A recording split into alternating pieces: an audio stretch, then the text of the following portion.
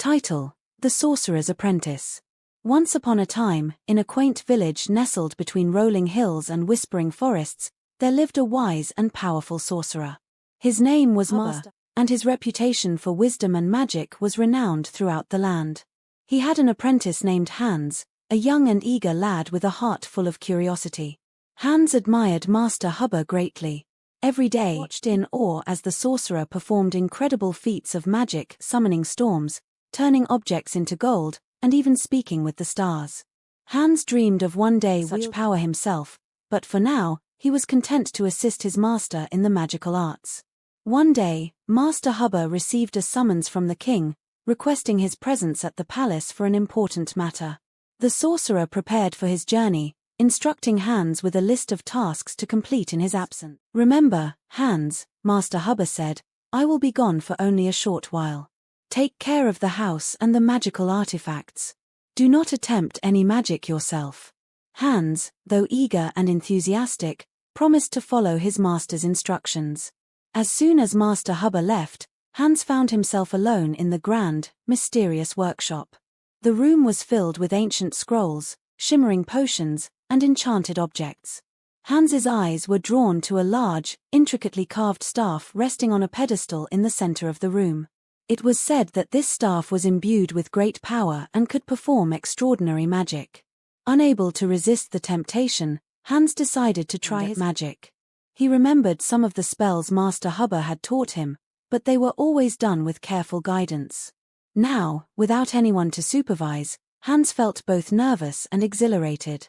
He picked up the staff and waved it around, saying a few incantations he had overheard. To his amazement, the staff responded. It began to glow and hum with magical energy. Hans was thrilled. He felt like he had unlocked a secret door to another world. Emboldened by his success, he decided to try something more ambitious. Hans spotted a large bucket and brooms leaning against the wall. He remembered that Master Huber had once used a spell to clean the workshop with just a thought. Eager to see if he could manage the same, Hans raised the staff and chanted an incantation he had heard before. Suddenly, the brooms began to move on their own, sweeping the floor with incredible speed. Hans watched in delight as the brooms worked tirelessly, cleaning every corner of the room.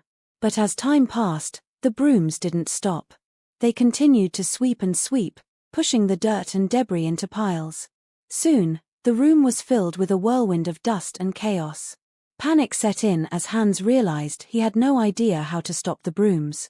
He tried to recall the spell to reverse the magic, but the words seemed to escape him. The brooms continued their work, becoming more and more relentless.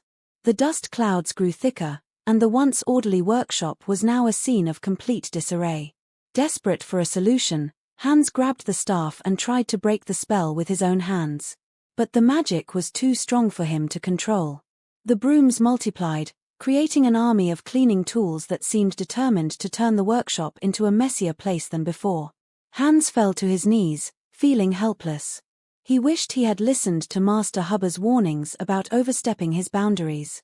As the chaos continued, the workshop became a storm of flying bristles and splashing water. Finally, just as Hans was about to give up hope, the door creaked open, and Master Huber walked in. The sorcerer's eyes widened in shock as he took in the sight of his once orderly workshop now engulfed in magical mayhem. With a stern look, Master raised his own staff and began to chant a powerful incantation. The brooms froze in place, and the water ceased its endless flow. Slowly, the room began to return to its previous state, though it was clear that a great deal of cleaning still remained. Hans stood before his master, trembling with embarrassment. "I'm so sorry, Master Huber," he stammered. "I didn't mean to cause all this trouble. I should have listened to your instructions." Master Huber's expression softened, and he placed a hand on Hans's shoulder. "It's not just about the magic, Hans. It's about understanding the responsibility that comes with it. Magic is a powerful tool, but it requires wisdom and discipline. You must always respect its limits and the guidance of those who have mastered it." Hans nodded, his eyes filled with remorse. "I understand now. I promise I will be more careful and always follow your instructions." With a gentle smile, Master Huber began to clean up the remaining mess.